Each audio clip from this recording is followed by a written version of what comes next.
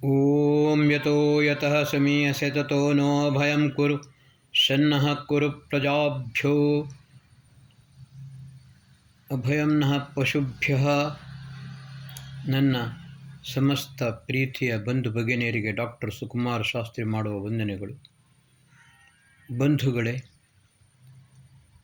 ಬ್ರಾಹ್ಮಣ ಗ್ರಂಥಗಳಲ್ಲಿ ಒಂದು ಕಥೆ ಬರುತ್ತದೆ. ಆ ಕಾಲದಲ್ಲಿಯೇ ಜಲಪ್ರಳಯವಾದಂತೆ ಆಗುತ್ತದೆ.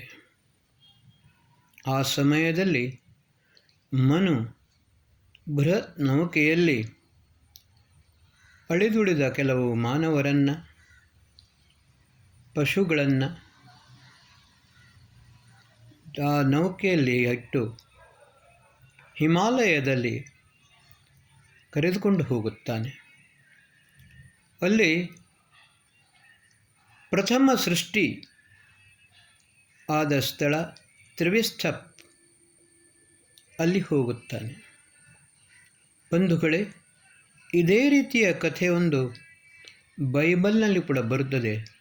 ಅದಕ್ಕೆ ಅವರು ನೂಸ್ ಆರ್ಕ್ ಎಂದು ಹೇಳುತ್ತಾರೆ. ಬ್ರಾಹ್ಮಣ ಗ್ರಂಥದಲ್ಲಿ ಮನು ಎಂದು ಬಂದರೆ ಬೈಬಲ್ನಲ್ಲಿ ನೂ ಎಂದು ಬರುತ್ತದೆ.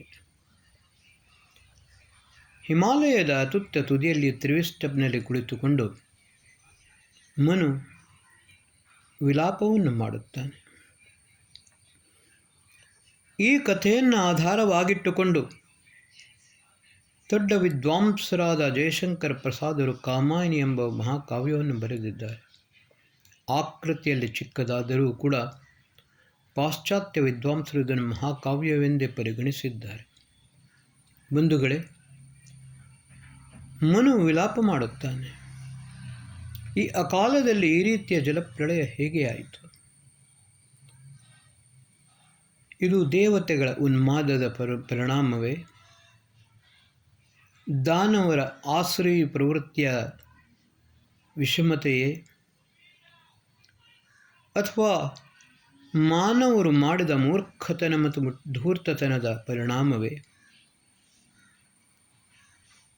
ಅಥವಾ ಮೂರು ಒಂದಾಗಿಯೇ ಈ ರೀತಿಯಲ್ಲಿ ಆಯಿತೆ?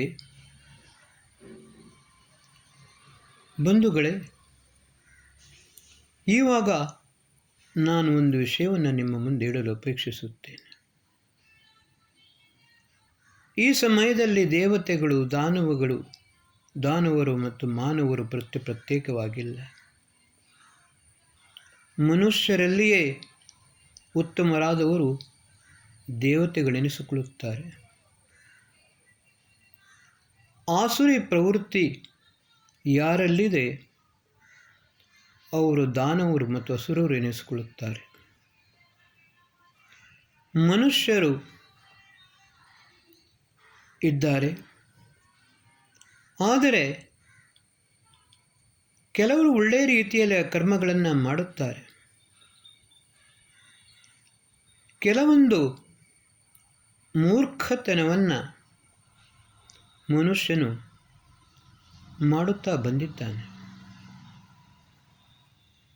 ಅಹಂ ವಾಘ ತ್ವಂ ಸ್ಯಾಮ ತ್ವಂ ವಾಘ ಅಹಂ ಸ್ಯು ಸತ್ಯಾಸಂತು ತವಾಶಿಷ. ಇದು ವೇದ ಮಂತ್ರ. ನಾನು ಎಂಬುದು ಹೋಗಿ ನೀನಾಗಿ, ನಿನ್ನಿಂದಲೇ ನಾನು ಎಂದು ಯಾವಾಗ ಆಗುತ್ತದೆಯೋ ಆವಾಗಲೇ ನಿನ್ನ ಆಶೀರ್ವಾದ ಸತ್ಯವಾಗುತ್ತದೆ. ತಾತ್ಪರ್ಯ ಏನು ಅಂತ ಹೇಳಿದರೆ, ಜೀವಾತ್ಮನೂ ಇದ್ದಾನೆ, ಪರಮಾತ್ಮನೂ ಇದ್ದಾನೆ. ಆದರೆ ಜೀವಾತ್ಮನ ಅಸ್ತಿತ್ವ ಪರಮಾತ್ಮನಿಂದಲೇ. ಪರಮಾತ್ಮನು ಸಕಲ ಜಗತ್ತಿನ ಸೃಷ್ಟಿಕರ್ತನು, ಪಾಲಕನು, ಲಯವನ್ನು ಮಾಡುವವನು ಆಗಿದ್ದಾನೆ. ಈಶಾವಾಸ್ಯಮಿದಂ ಸರ್ವಂ ಯತ್ಕಿಂಚ ಜಗತ್ಯಾಂ ಜಗತ್ ತೇನ ತ್ಯಕ್ತೇನ ಭುಂಜೀಥ ಮಾ ಗೃಧಾ ಕಸ್ಯ ಸಿದ್ಧನಂ. ಯಜುರ್ವೇದದ 40ನೇ ಅಧ್ಯಾಯದ ಪ್ರಥಮ ಮಂತ್ರ ಇದು. ಐಶ್ವರ್ಯೆ ಸಕಲ ಚರಾಚರ ಜಗತ್ತಿನ ಈ ಬ್ರಹ್ಮಾಂಡದ ಐಶ್ವರ್ಯ. ಎಷ್ಟು ಸಂಪತ್ತಿದೆ, ಅದಕ್ಕೆ ಎಷ್ಟು ವಿಧದ ಸಂಪತ್ತು ಇದೆ. ಅಷ್ಟೈಶ್ವರ್ಯಗಳು ಎಲ್ಲದಕ್ಕೂ ಕೂಡ ಏಕಮಾತ್ರ ಒಡೆಯ ಸ್ವಾಮಿ ಪರಮಾತ್ಮನಾಗಿದ್ದಾನೆ. ಏತಾವಾನಸ್ಯ ಮಹಿಮಾತೋ ಜಾಯಾಂಶ್ಚ ಪೂರುಷಃ. ಇದೆಲ್ಲವೂ ಪರಮಾತ್ಮನ ಒಂದು ಮಹಿಮೆ ಮಾತ್ರ. ಪರಮಾತ್ಮನು ಇದಕ್ಕಿಂತಲೂ ಉತ್ಕೃಷ್ಟನಾಗಿದ್ದಾನೆ. ಇದು ಪುರುಷ ಸೂಕ್ತದಲ್ಲಿ ಬರುತ್ತದೆ. ಎಲ್ಲರಿಗೂ ಗೊತ್ತುಂಟು, ಈ ಚರಾಚರ ಜಗತ್ತಿನಲ್ಲಿರುವ ಸಕಲ ಸಂಪತ್ತು ಎಲ್ಲವೂ ಪರಮಾತ್ಮನದ್ದೇ. ವೇದವು ಹೇಳುತ್ತದೆ, ಎಲ್ಲರಿಗೂ ಸಕಲ ರೀತಿಯ ಸಂಪತ್ತನ್ನು, ಜ್ಞಾನವನ್ನು, ಸುಖ ಶಾಂತಿ ಸಮೃದ್ಧಿಯನ್ನು ಕೊಡುವವನು ಪರಮಾತ್ಮನು ಮಾತ್ರ. ಯಾವುದೇ ಗ್ರಂಥದಲ್ಲಿ, ವೇದ ಆಗಲಿ, ಉಪನಿಷತ್ತುಗಳಾಗಲಿ, ಶಾಸ್ತ್ರಗಳಾಗಲಿ, ಬ್ರಾಹ್ಮಣ ಗ್ರಂಥಗಳಲ್ಲಿ, ಆರಣ್ಯಕ ಸೂತ್ರ ಗ್ರಂಥಗಳಲ್ಲಿ, ಭಗವದ್ಗೀತೆಯಲ್ಲಿ ಆಗಲಿ ಅಥವಾ ಪುರಾಣಗಳಲ್ಲಿ ಆಗಲಿ, ಎಲ್ಲಿಯೂ ಕೂಡ ಈ ಸಂಪತ್ತನ್ನು ಎಲ್ಲವೂ ಪರಮಾತ್ಮನದ್ದೇ ಎಂದು ಹೇಳ್ತಾರೆ. ಆದರೆ ಈ ಭೋಪಭಟ್ಟ ಮತ್ತು ಅವನ ವಂಶಜರು, ಅವರ ಒಂದು ಮುಟ್ಟಾಳತನ,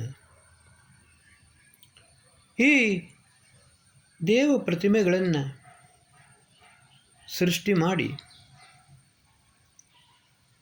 ದೇವತೆಗಳಿಗೆ ಐಶ್ವರ್ಯವನ್ನು ಕೊಟ್ಟರೆ, ಸ್ವರ್ಣ, ಬೆಳ್ಳಿ, ವಜ್ರ, ವೈಢೂರ್ಯ, ನವರತ್ನ, ಏನು ನಿನ್ನಲ್ಲಿದೆಯೋ ಸಂಪತ್ತಿದೆಯೋ ಅದು ದೇವರಿಗೆ ಅರ್ಪಿಸು, ಇದರಿಂದ ನಿನಗೆ ಕಲ್ಯಾಣವಾಗುತ್ತದೆ ಎಂದು ಹೇಳುತ್ತಾರೆ. ಪರಿಣಾಮ ಏನು ಅಂತ ಹೇಳಿದರೆ, ಸಕಲ ಜಗತ್ತಿನ ಒಡೆಯನಾದ ಪರಮಾತ್ಮ, ಎಲ್ಲವನ್ನೂ ಕೊಡುವವನು ಪರಮಾತ್ಮ. ಆದರೆ ಮನುಷ್ಯರು ಪರಮಾತ್ಮನಿಗಿಂತ ದೊಡ್ಡವರಾಗುತ್ತಾರೆ. ಯಾವಾಗ ಪರಮಾತ್ಮನು ಸರ್ವಸ್ವವನ್ನು ನಮಗೆ ಕೊಡುವನಿದ್ದಾನೋ, ನಾವೇ ಅವನಿಗೆ ಕೊಡುವರಾದರೆ ಅವನಿಗಿಂತ ನಾವು ದೊಡ್ಡವರಾಗುವುದಿಲ್ಲವೇ? ಈ ಪುರೋಹಿತರು, ಮಠಾಧೀಶರು, ಇನ್ನು ಯಾರು ಬೇಕಾದರೂ ಹೇಳಲಿ, ದೇವರಿಗೆ ಧನಕನಕಾದಿ ಸಂಪತ್ತುಗಳನ್ನು ಕೊಡು ಎಂದು ಹೇಳಿಕೊಂಡು ದೇವಮೂರ್ತಿಗಳನ್ನು ಖರೀದಿ ಮಾಡುತ್ತಾರೆ. ದೇವತೆಗಳ ನೀವು ಪೂಜೆ ಪುನಸ್ಕಾರಗಳನ್ನು ಮಾಡುತ್ತೀರಿ, ಅಲಂಕಾರವನ್ನು ಮಾಡುತ್ತೀರಿ. ಇದನ್ನು ಪುಷ್ಪಾರ್ಚನೆಯಿಂದ ಮಾಡಬಹುದು, ಬೇರೆ ರೀತಿಯಲ್ಲಿಯೂ ಮಾಡಬಹುದು. ಆದರೆ ಈ ಧನಕನಕಾದಿಗಳನ್ನು, ಸ್ವರ್ಣ, ವಜ್ರ, ವೈಢೂರ್ಯ, ನವರತ್ನ, ಬೆಳ್ಳಿ ಎಲ್ಲವನ್ನ ದೇವರಿಗೆ ನೀವು ಕೊಡುವುದಾದರೆ ದೇವರಿಗಿಂತ ದೊಡ್ಡವರು ನೀವು ಎನ್ನಿಸಿಕೊಳ್ಳುವುದಿಲ್ಲವೇ? ಬಂಧುಗಳೇ, ದೇವಸ್ಥಾನಗಳಲ್ಲಿ ಅಥವಾ ಇತರರಲ್ಲಿ ದೇವರಿಗೆ ಕೊಟ್ಟ ಸಂಪತ್ತು, ಧನಕನಕಾದಿಗಳು, ಧನವಿದ್ದರೆ ಅದು ಬೇರೆ ರೀತಿಯಲ್ಲಿ ವಿನಿಯೋಗ ಮಾಡಬಹುದು. ಆದರೆ ಸ್ವರ್ಣ, ವಜ್ರ, ವೈಢೂರ್ಯ, ರತ್ನ, ಮುತ್ತು ಇವೆಲ್ಲವೂ ಕೂಡ ಏನನ್ನೂ ಮಾಡಲು ಸಾಧ್ಯವಿಲ್ಲ. ಅದು ಡೆಡ್ ಮನಿ ಆಗುತ್ತದೆ. ಪೂಜಾರಿಗಳು ಅವರು ದೇವಾಡಿಗಳಾಗಿದ್ದಾರೆ, ಅಂದರೆ ದೇವರನ್ನು ಆಡಿಸುವವರು. ಅವರಿಗೆ ಯಾವ ಭಯವೂ ಇಲ್ಲ. ಬಹಳ ಸುಲಭದಲ್ಲಿ ದೇವರ ಮೂರ್ತಿಯಲ್ಲಿ ಹಾಕಿದ ಚಿನ್ನವನ್ನು ಭಕ್ತಾದಿಗಳು ಶ್ರದ್ಧಾ ಭಕ್ತಿಯಿಂದ ಕೊಟ್ಟ ರತ್ನಗಳನ್ನು, ಕನಕಗಳನ್ನು ಕದ್ದುಕೊಂಡು ಹೋಗುತ್ತಾರೆ. ಅವರಿಗೆ ಯಾವ ಭಯವೂ ಇಲ್ಲ. ಯಾಕಂದರೆ ಅವರು ದೇವರನ್ನೇ ಆಡಿಸುವವರು, ದೇವರವರ ಮುಷ್ಟಿಯಲ್ಲೇ ಇದ್ದಾರೆ. ಆದರೆ ಸಾಧಾರಣ ಮಾನವ ಮಾತ್ರ ಅವನಲ್ಲಿ ದೈವ ಭಯ ಇರುತ್ತದೆ. ಅವನು ದೇವರ ಈ ಸಂಪತ್ತನ್ನು ನಾವು ಅದನ್ನು ತೆಗೆದುಕೊಳ್ಳಲು ಸಾಧ್ಯವಿಲ್ಲ ಅಂತ. ಈಗ ಒಂದು ವಿಷಯ ನಿಮಗೆ ನಾನು ಹೇಳುತ್ತೇನೆ. ಈ ಚಿನ್ನ, ಮುತ್ತು ಇವೆಲ್ಲವೂ ಕೂಡ ಸ್ತ್ರೀಧನ ಅಥವಾ ಆಪದ್ಧನ ಎಂದು ಹೇಳುತ್ತಾರೆ. ಇದಕ್ಕೆ ದ್ರವಿಣ ಎಂದು ಹೇಳುತ್ತಾರೆ. ದ್ರವಿಣ ಅಂತೇಳಿದ್ರೆ ನಿರಂತರ ದ್ರವ ರೂಪದಲ್ಲಿ ಅದು ಹರಿಯುತ್ತಾ ಇರಬೇಕು, ಒಬ್ಬರಿಂದ ಇನ್ನೊಬ್ಬರಿಗೆ ಹೋಗುತ್ತಾ ಇರಬೇಕು. ಬೇರೆಯವರಿಗೆ ಬಿಡಿ, ನಾನು ಒಂದು ಪ್ರಶ್ನೆಯನ್ನು ನಿಮ್ಮ ಹತ್ತಿರ ಕೇಳುತ್ತೇನೆ. ಇವತ್ತಿನ ಪರಿಸ್ಥಿತಿ ಎಷ್ಟು ಭಯಾನಕವಾಗಿದೆ ಎಂದು ಹೇಳಿದರೆ, ನಿಮ್ಮ ಮಗಳಿಗೆ ನೀವೊಂದು ಚಿನ್ನದ ನೆಕ್ಲೆಸನ್ನು, ವಿವಾಹ ಸಮಯದಲ್ಲಿ ಚಿನ್ನದ ಆಭರಣಗಳನ್ನು ಮಾಡಲು ಎಷ್ಟು ಕಷ್ಟವಾಗುತ್ತಿದೆ. ಹಲವು ಬಾರಿ ಆಲೋಚನೆ ಮಾಡಬೇಕಾಗುತ್ತದೆ. ಯಾಕೆಂದರೆ ಪ್ರಧಾನಮಂತ್ರಿಯವರು ಹೇಳಿದ್ದಾರೆ, ಡಾಲರ್ ಇದು ನಮ್ಮಲ್ಲಿಲ್ಲ. ಅದಕ್ಕೋಸ್ಕರ 1 ವರ್ಷವಾದರೂ ನೀವು ಚಿನ್ನವನ್ನು ಖರೀದಿ ಮಾಡುವುದನ್ನು ಬಿಟ್ಟು ಬಿಡಿ, ಖರೀದಿ ಮಾಡಬೇಡಿ. ಈ ರೀತಿಯಲ್ಲಿ ಆದರೂ ನಮ್ಮ ದೇಶದ ಸಂಪತ್ತು ನಮ್ಮ ಬಳಿಯಲ್ಲಿ ಉಳಿಯಲಿ. ಅದರ ಒಟ್ಟಿಗೆ ಪೆಟ್ರೋಲು, ಡೀಸೆಲ್, ಗ್ಯಾಸ್ ಎಲ್ಲವೂ ಕೂಡ ನಾವು ಬೇರೆಯವರ ಮೇಲೆ ಅವಲಂಬಿತರಾಗಿದ್ದೇವೆ. ಸಿಗುವುದು ನಮಗೆ ಬಹಳ ಕಷ್ಟವಾಗಿದೆ. ಬಂಧುಗಳೇ, ಇಂತಹ ಕಠಿಣ ಪರಿಸ್ಥಿತಿಯಲ್ಲಿ ನಾವು ಆಲೋಚನೆ ಮಾಡಬೇಕಾಗಿದೆ. ದೇವಸ್ಥಾನಗಳಿಗೆ, ದೇವತೆಗಳಿಗೆ ಕೊಟ್ಟ ಐಶ್ವರ್ಯ ಮತ್ತು ರತ್ನಾದಿಗಳು, ಬಂಗಾರವು ಅದು ಯಾವ ಪ್ರಯೋಜನಕ್ಕೂ ಬರುವುದಿಲ್ಲ. ಮೊದಲು ನಾವು ಉದ್ಧರೇತ್ ಆತ್ಮನ ಆತ್ಮಾನಂ ನಾತ್ಮಾನಂ ಅವಸಾದಯೇತ್ ಆತ್ಮೈವ ಆತ್ಮನ ಬಂಧು ಆತ್ಮೈವ ರಿಪುರಾತ್ಮನ ಅಂತ ಶ್ರೀಕೃಷ್ಣ ಹೇಳಿದ್ದಾನೆ. ಬೇರೆಯವರನ್ನು ಬಿಟ್ಟು ಬಿಡು, ಮೊದಲು ನಿನ್ನ ಉದ್ಧಾರವನ್ನು ನೀನೇ ಮಾಡಿಕೊ. ನಿನ್ನ ಉದ್ಧಾರ ಮಾಡು, ನಿನ್ನ ಪರಿವಾರದ ಉದ್ಧಾರ ಮಾಡು. ಪ್ರತಿಯೊಬ್ಬನೂ ತನ್ನ ಉದ್ಧಾರವನ್ನು ಮಾಡಿದರೆ ಸಮಾಜದ ಉದ್ಧಾರವೂ ಆಗುತ್ತದೆ, ದೇಶದ ಉದ್ಧಾರವೂ ಆಗುತ್ತದೆ. ಪರಸ್ಪರ ಪ್ರೀತಿ, ಪ್ರೇಮ, ಸೌಹಾರ್ದತೆಯರು ಒಬ್ಬರಿಗೊಬ್ಬರು ಪೂರಕವಾಗಿರು. ಅದನ್ನು ಬಿಟ್ಟುಕೊಂಡು ನಾವು ದೇವರಿಗಿಂತ ದೊಡ್ಡವರಾಗಲು ಪ್ರಯತ್ನಿಸಿದರೆ, ದೇವರಿಗೆ ಆ ಚಿನ್ನ, ನೀವು ಕೊಡುವ ಚಿನ್ನ ಬೇಕೇ? ಖಂಡಿತವಾಗಿಯೂ ಬೇಡ. ಅವನಿಗೆ ಬೇಕಾದದ್ದು ನೀವು ಕೊಡುವುದಿಲ್ಲ. ಅವನು ಕೊಟ್ಟ ಜ್ಞಾನವನ್ನು ನೀವು ಸರಿಯಾಗಿ ಅದನ್ನು ಅಧ್ಯಯನ ಮಾಡಲಿಲ್ಲ, ಅರ್ಥವೂ ಮಾಡಿಕೊಳ್ಳುವುದಿಲ್ಲ. ವೇದ ಮಂತ್ರಗಳು ದೂರ, ಕೋಟಿ ಸಲ ಗಾಯತ್ರಿ ಮಂತ್ರವನ್ನು ಅಧ್ಯಯನ ಮಾಡಿದರೂ ಕೂಡ ಇದನ್ನು ಸರಿಯಾಗಿ ಅರ್ಥ ಮಾಡಿಕೊಂಡವರು ಬೆರಳೆಣಿಕೆಯಷ್ಟು ಮಾತ್ರ. ಬಂಧುಗಳೇ, ಇವತ್ತಿನ ಪರಿಸ್ಥಿತಿ ಆ ಸಮಯದಲ್ಲಿ ಯಾವ ರೀತಿಯಲ್ಲಿ ಆಗಿದೆ ಅದೇ ರೀತಿಯಲ್ಲಿ ಆಗುತ್ತಿದೆ. ಇವಾಗ ಯುದ್ಧೋನ್ಮಾದ, ಈ ಅಸುರರು, ರಾಕ್ಷಸರು ನಿರಂತರವಾಗಿ ಯುದ್ಧವನ್ನು ಮಾಡುತ್ತಾ ಇದ್ದಾರೆ. ಬಾಂಬ್ಗಳನ್ನು ಹಾಕ್ತಾ ಇರುತ್ತಾರೆ. ಪಂಚಮಹಾಭೂತಗಳು, ಪೃಥ್ವಿ, ಅಪ್, ತೇಜ್, ವಾಯು, ಆಕಾಶ ಎಲ್ಲವೂ ವಿಕೃತವಾಗುತ್ತಿದೆ. ಪರಿಸ್ಥಿತಿ ಭಯಾನಕವಾಗುತ್ತಿದೆ. ಈ ಸಂವತ್ಸರ ಪರಾಭವ ಸಂವತ್ಸರ. ಶಾಸ್ತ್ರಸಿದ್ಧ ಪಂಚಾಂಗದಲ್ಲಿ ಬರೆದರೆ ಆಹಾಭೂತಂ ಜಗತ್ಸರ್ವಂ ರುಂಡಮಾಲಾ ಮಹೀತಲೆ ಅಂತ. ಬಂಧುಗಳೇ, ಮುಂದಿನ ದಿನಗಳು ಇನ್ನೂ ಕಷ್ಟದಾಯಕವಾಗಿರುತ್ತವೆ. ಅದರಲ್ಲಿಯೂ ಕೂಡ ಸಂವತ್ಸರದ ಫಲದಲ್ಲಿ ಅವರು ಜುಲೈಯಿಂದ ಡಿಸೆಂಬರ್ ತನಕ ಇದು ಇನ್ನೂ ಭಯಾನಕವಾಗಲೂ ಇದೆ. ನಾನು ನಿಮಗೆ ಹೆದರಿಸುತ್ತಾ ಇಲ್ಲ, ಜಾಗ್ರತೆಯನ್ನು ಮಾಡುತ್ತಿದ್ದೇನೆ. ಏಕೆಂದರೆ ಯೋ ಜಾಗಾರತಂ ರುಚಃ ಕಾಮಯಂತೆ, ಯೋ ಜಾಗಾರತಮು ಸಾಮಾನಿಯಂತೆ, ಯೋ ಜಾಗಾರ ತವಾಹಮಸ್ಮಿ ತಮಯಂ ಸೋಮ ಆಹ.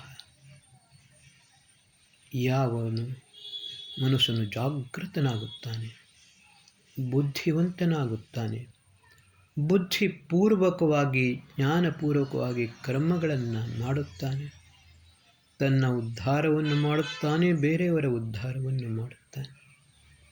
ತವಾಹಮಸ್ಮಿ, ಆಗಲೇ ನಾನು ನಿನ್ನವನಾಗುತ್ತೇನೆ, ನಿನ್ನನ್ನು ರಕ್ಷಿಸುತ್ತೇನೆ. ಬಂಧುಗಳೇ, ಸ್ಪಷ್ಟವಾಗಿ ಹೇಳುತ್ತದೆ ಋಗ್ವೇದ. ಆದರೆ ನಾವು ಆ ಪರಮಾತ್ಮನ ಜ್ಞಾನವನ್ನು ತೊರೆದು ಭೋಬಭಟ್ಟ ಮುಠಾಳ ಹೇಳುವುದನ್ನು ಕೆಲವು ಈ ಮೂರ್ಖವರ ವಂಶಜರು, ಪುರೋಹಿತರು, ಭಟ್ಟರು, ಇನ್ನು ಬೇರೆ ಯಾರು ಬೇಕಾದರೂ ಹೇಳಲಿ, ಅದನ್ನು ಯಾವ ಮಠಾಧೀಶರು ಬೇಕಾದರೂ ಹೇಳಲಿ.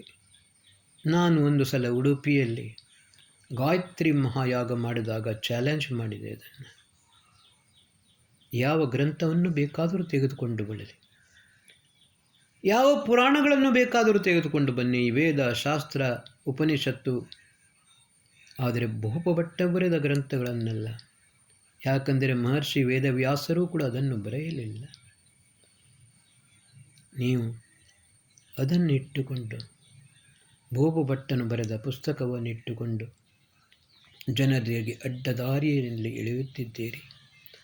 ಅಂಧಕೂಪದಲ್ಲಿ ಹಾಕಿಕೊಂಡು ನರಳುವಂತೆ ಮಾಡುತ್ತಿದ್ದೀರಿ. ಮುಂದಿನ ಪರಿಸ್ಥಿತಿ ಭಯಾನಕ. ನಾನು ಪುನಃ ನಿಮಗೆ ಹೇಳುತ್ತಿದ್ದೇನೆ, ಕೆಲವು ವರ್ಷಗಳ ಹಿಂದೆ 150 ದೇಶದ 1500 ಸೈಂಟಿಸ್ಟ್ಗಳು ಒಂದು ಎಚ್ಚರಿಕೆಯನ್ನು ಕೊಟ್ಟಿದ್ದರು, ಜಾಗೃತರಾಗಿರಿ. ಅದು ಅವರು ಕೊಟ್ಟದ್ದು 2ನೆಯ ಜಾಗೃತ ಎಚ್ಚರಿಕೆ. 3ನೆಯ ಬಾರಿ ನಿಮಗೆ ಹೇಳಲು ನಾವು ಜೀವಂತರಾಗಿರುವುದಿಲ್ಲ. ಆದರೆ ಆ ಸಮಯದಲ್ಲಿ ನೀವು ಸಂಭವತಃ ನಿಮ್ಮ ಪರಿಸ್ಥಿತಿ ಏನಾದೀತು, ಎಷ್ಟು ಕೋಟಿ ಜನರು ಸಾಯಬಹುದು, ಈ ಪ್ರಕೃತಿಯ ಎಷ್ಟು ವಿನಾಶವಾಗಬಹುದು, ಇದರ ಕಲ್ಪನೆಯನ್ನು ಮಾಡಲು ಸಾಧ್ಯವಿಲ್ಲ. ಬ್ರಾಹ್ಮಣ ಗ್ರಂಥದಲ್ಲಿ ಬರೆದ ಈ ಕಥಾನಕ, ಆ ಸಮಯದಲ್ಲಿ ಮನು ಹಿಮಾಲಯದ ತುತ್ತ ತುದಿಯಲ್ಲಿ ಕರೆದುಕೊಂಡು ಹೋಗಿದ. ಆದರೆ ಇವತ್ತಿನ ಪರಿಸ್ಥಿತಿ ಹಿಮಾಲಯನ್ ಅರ್ಥಕ್ವೇಕ್. ಹಿಮಾಲಯದಲ್ಲಿಯೂ ಕೂಡ ಪ್ರಬಲವಾದ ಭೂಕಂಪ ಆಗಲು ಸಾಧ್ಯವಿದೆ. ಅದುವಾದರೆ ಅದರ ಪರಿಸ್ಥಿತಿ ಏನಾದೀತು? ಅದಕ್ಕೋಸ್ಕರ ಭಗವಂತನಿಗಿಂತ ದೊಡ್ಡವರಾಗಲು ಕನಸು ಮನಸ್ಸಿನಲ್ಲಿಯೂ ಎಣಿಸಬೇಡಿ. ಭಗವಂತನು ಯಾವತ್ತೂ ಯಾವುದನ್ನು ಅಪೇಕ್ಷಿಸುವುದಿಲ್ಲ. ಅವನು ಕೇವಲ ನಿಮ್ಮ ಶ್ರದ್ಧೆ, ಭಕ್ತಿ ಇದನ್ನೇ ಬಯಸುತ್ತಾನೆ. ಜ್ಞಾನ, ಈ ಜೀವಾತ್ಮನು ನಮ್ಮಲ್ಲಿದ್ದಾನೆ. ಜೀವಾತ್ಮನನ್ನು ವಿಜ್ಞಾನಮಯ ಪುರುಷ ಎಂದು ಹೇಳುತ್ತಾರೆ. ಜೀವಾತ್ಮನಿಗೆ ಬೇಕಾದದ್ದು ವಿಜ್ಞಾನ, ಜ್ಞಾನ, ಸತ್ಯಜ್ಞಾನ. ಆತ್ಮನ ಆತ್ಮಾನಂ ಅಭಿಸಂವೇಶ. ಸತ್ಯಜ್ಞಾನವನ್ನು ಪಡೆದ ಜೀವಾತ್ಮನು ಪರಮಾತ್ಮನ ಸಾಕ್ಷಾತ್ಕಾರವನ್ನು ಮಾಡಿಕೊಳ್ಳುತ್ತಾನೆ. ಭಗವಂತನು ಆನಂದಮಯ ಪುರುಷ. ಅವನಿಗೆ ಬೇಕಾದದ್ದು ಉಪಾಸನೆ. ಭಕ್ತಿಯಿಂದ ಅವನ ಉಪಾಸನೆಯನ್ನು ಮಾಡಿ, ಎಷ್ಟು ಬೇಕಾದರೂ ಪ್ರಾರ್ಥನೆ ಮಾಡಿ, ಅರ್ಚನೆ ಮಾಡಿ. ಗಾಯತ್ರೇಣ ಗಾಯಂತಿ ಯೋಗಿನೋ ಅರ್ಕೇಣ ಅರ್ಚಂತಿ ಅರ್ಕಿಣ. ಗಾಯತ್ರಿಯಿಂದ ಯೋಗಿಗಳು ದೇವರ ಉಪಾಸನೆಯನ್ನು ಮಾಡುತ್ತಾರೆ. ಗಾಯತ್ರಿ ಛಂದಸ್ಸಿನ ಹಲವಾರು ಮಂತ್ರಗಳು ವೇದಗಳಲ್ಲಿವೆ. ಆ ವೇದದ ಮಂತ್ರಗಳ ಮೂಲಕ ದೇವರ ಉಪಾಸನೆಯನ್ನು ಮಾಡುತ್ತಾ, ಪರಮಾತ್ಮನ ಉಪಾಸನೆಯನ್ನು ಮಾಡುತ್ತಾ ಅವರು ಸಾಕ್ಷಾತ್ಕಾರವನ್ನು, ಮೋಕ್ಷವನ್ನು ಪಡೆಯುತ್ತಾರೆ. ಅದೇ ರೀತಿ ಅರ್ಕೇಣ ಅರ್ಚಂತೆ ಅರ್ಕಿಣ ರಿತ್ವಿಜರು. ಅರ್ಕ ಎಂದರೆ ಎರಡು ಅರ್ಥ ಇದೆ ಅದಕ್ಕೆ. ಒಂದು ಅರ್ಕ ಅಂದರೆ ಎಕ್ಕ, ಎಕ್ಕದ ಸಮಿತ್ತಿನಿಂದ ಅರ್ಚಂತಿ ಯಜ್ಞವನ್ನು ಮಾಡುತ್ತಾರೆ. ಯಜ್ಞೇನ ಯಜ್ಞಮಯಜಂತ ದೇವಾ ತಾನಿ ಧರ್ಮಾಣಿ ಪ್ರಥಮಾನ್ಯಾಸನ್ ಯಜ್ಞೋ ವೈ ವಿಷ್ಣು. ಬಂಧುಗಳೇ, ನಾನು ಹಿಂದಿನ ಎಪಿಸೋಡ್ನಲ್ಲಿ ಹೇಳಿದ್ದೇನೆ, ಉಚ್ಛಿಷ್ಟ ಸೂಕ್ತ ವೇದದಲ್ಲಿ ಬರುತ್ತದೆ. ಸಾಯಣಾಚಾರ್ಯರು ಬಹಳ ಸುಂದರವಾದ ಅರ್ಥವನ್ನು ಮಾಡಿದ್ದಾರೆ. ಯಜ್ಞೇಹೂತ ಶಿಷ್ಟ ಓದನೇನ ಸಕಲ ಜಗತ್ ಕಾರಣಭೂತ ಬ್ರಹ್ಮಸ್ಯ ಅಭೇದೇನ ಸ್ತುತಿ ಕ್ರಿಯತೆ. ಬಂಧುಗಳೇ, ಭಗವಂತನ ಉಪಾಸನೆಯನ್ನು ಮಾಡಿ, ಅರ್ಚನೆಯನ್ನು ಮಾಡಿ, ಪೂಜೆಯನ್ನು ಮಾಡಿ, ನಾಮಸ್ಮರಣೆಯನ್ನು ಮಾಡಿ, ಬೇಕಾದರೆ ಆರತಿಯನ್ನು ಮಾಡಿ, ಎಲ್ಲವನ್ನೂ ಮಾಡಿ ಮನಸ್ಸಿಗೆ ಶಾಂತಿ, ಸಮಾಧಾನ, ನೆಮ್ಮದಿ, ಸಾಮೂಹಿಕವಾಗಿ ಪ್ರಾರ್ಥನೆಯನ್ನು ಮಾಡಿದರೆ ಮನಸ್ಸಿಗೆ ಒಂದು ಮುದ ಸಿಗುತ್ತದೆ, ಮನಸ್ಸಿಗೆ ಒಂದು ಶಾಂತಿ, ನೆಮ್ಮದಿ ಸಿಗುತ್ತದೆ. ವಿಗ್ರಹಾರಾಧನೆಯನ್ನು ನಾನು ಖಂಡಿಸುವುದಿಲ್ಲ. ಇವತ್ತು ಅದು ವ್ಯಾಪಕವಾಗಿ ಹರಡಿದೆ. ಬಿಂಬದಲ್ಲಿ ಪ್ರತಿಬಿಂಬವನ್ನು ಕಾಣುತ್ತಾರೆ. ಪರಮಾತ್ಮನು ಮೂರ್ತಿಯಲ್ಲ, ಆದರೆ ಮೂರ್ತಿಯಲ್ಲಿ ಪರಮಾತ್ಮನಿದ್ದಾನೆ. ಆ ಮೂರ್ತಿಯಲ್ಲಿರುವ ಪರಮಾತ್ಮನನ್ನು, ಅದರ ಸ್ವರೂಪವನ್ನು ಕಾಣುವಂತಹ ದಿವ್ಯ ದೃಷ್ಟಿ ನಿಮಗೆ ಪ್ರಾಪ್ತವಾಗಲಿ. ಆದರೆ ದೇವರಿಗಿಂತ ದೊಡ್ಡವರಾಗಲು ಪ್ರಯತ್ನಿಸಬೇಡಿ. ದೇವರಿಗೆ ಯಾವ ಐಶ್ವರ್ಯವೂ ಬೇಡ. ಅವನಿಗೆ ಬೇಕಾದದ್ದು ಕೇವಲ ನಿಮ್ಮ ಶ್ರದ್ಧಾ, ಭಕ್ತಿ, ಉಪಾಸನೆ, ಅರ್ಚನೆ. ಸತ್ಯಜ್ಞಾನ ಅವನು ಕೊಟ್ಟ ಸತ್ಯಜ್ಞಾನವನ್ನು ಸರಿಯಾಗಿ ಅರ್ಥ ಮಾಡಿಕೊಂಡು ಸತ್ಕರ್ಮಗಳನ್ನು ಮಾಡುವುದೇ ಅಸತೋಮ ಸದ್ಗಮಯ, ತಮಸೋಮ ಜ್ಯೋತಿರ್ಗಮಯ, ಮೃತ್ಯೋರ್ಮ ಅಮೃತಂಗಮಯನೆಂದು ನಾವು ಪ್ರಾರ್ಥಿಸುತ್ತೇವೆ. ಭಗವಂತನು ಕೂಡ ಅದನ್ನೇ ಮಾಡುವುದು. ಆದ ಕಾರಣ ನಾವು ಉತ್ತಮ ಪುರುಷರಾಗೋಣ. ನಾನು ಹಿಂದಿನ ಎಪಿಸೋಡ್ನಲ್ಲಿದ್ದೇನೆ ಹೇಳಿದ್ದೇನೆ, ಪುರುಷೋತ್ತಮ ಮಾಸದಲ್ಲಿ ಪ್ರತಿಯೊಬ್ಬನು ಉತ್ತಮ ಪುರುಷನಾಗಬೇಕು. ಮುತ್ತಿನ ಹಾರ ಕಂಠದ ಕುತ್ತಿಗೆಯ ಶೋಭೆಯನ್ನು ಹೆಚ್ಚಿಸಬಹುದು. ಆದರೆ ನಮ್ಮಲ್ಲಿರುವ ಪರಿವಾರ, ನಮ್ಮ ಸಂಬಂಧಗಳು ಪರಸ್ಪರ ಮನಸ್ತಾಪ ವೈಮನಸ್ಯದಿಂದ ಆ ಸಂಬಂಧಗಳು ಕಡಿದು ಹೋಗುತ್ತಿವೆ. ಸಂಬಂಧಗಳು ಕಡಿದು ಹೋಗದಂತೆ ಮಾಡಬೇಡಿ. ಯಾವ ರೀತಿ ದಾರದಲ್ಲಿ ಮುತ್ತು ಪೋಣಿಸಿಕೊಂಡು ಅದರ ಸೌಂದರ್ಯವನ್ನು ಹೆಚ್ಚಿಸಿಕೊಂಡು ಕಂಠದಲ್ಲಿ ಹಾಕುತ್ತೀರೋ, ಅದೇ ರೀತಿ ಪರಿವಾರದ ಒಂದು ಮುತ್ತಂತೆ ಇದೆ. ಇದನ್ನು ಪೋಣಿಸಿಕೊಂಡು ಪರಸ್ಪರ ಪ್ರೀತಿ, ಪ್ರೇಮ, ಸೌಹಾರ್ದತೆಯಿಂದ ಒಂದಾಗಿ ಬಾಳಿರಿ. ಇದರಿಂದ ಎಲ್ಲರ ಕಲ್ಯಾಣವಾಗುತ್ತದೆ. ಸಮಾನೀವ ಆಕೂತಿ ಸಮಾನ ಹೃದಯಾನಿವ ಸಮಾನಮಸ್ತುವೋ ಮನೋ ಯಥಾ ವಹ ಸುಸಹಾಸತಿ. ನಿಮ್ಮೆಲ್ಲರ ಹೃದಯ ಪರಸ್ಪರ ಪ್ರೀತಿ, ಪ್ರೇಮ, ಸೌಹಾರ್ದತೆಯಿಂದ ಬೆಸೆಯಲಿ. ಯಾರು ಒಬ್ಬರಿಂದ ಇನ್ನೊಬ್ಬರು ದೂರವಾಗಬೇಡಿ.